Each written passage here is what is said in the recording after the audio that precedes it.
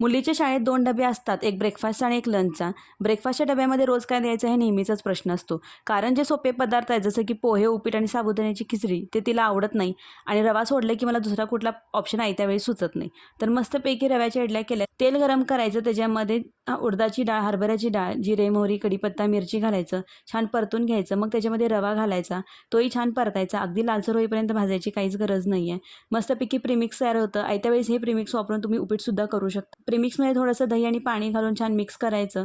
20 ते 30 मिनिटासाठी भिजत ठेवायचं. आणखीन थोडं पाणी घालायचं आणि छान इडलीसारखं बॅटर तयार करायचं. मग त्याच्यामध्ये मीठ, थोडीशी साखर आणि सोडा घालायचं.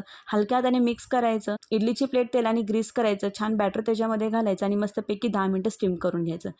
छान अशा मसाला इडल्या तयार झाले की चटणीवर सर्व करायचं. मुलांना डब्यात द्यायचं. माझ्या मुलीला तर खूपच आवडतं आणि तुम्हाला आवडलं असेल तर चॅनलला नक्की सबस्क्राईब करा.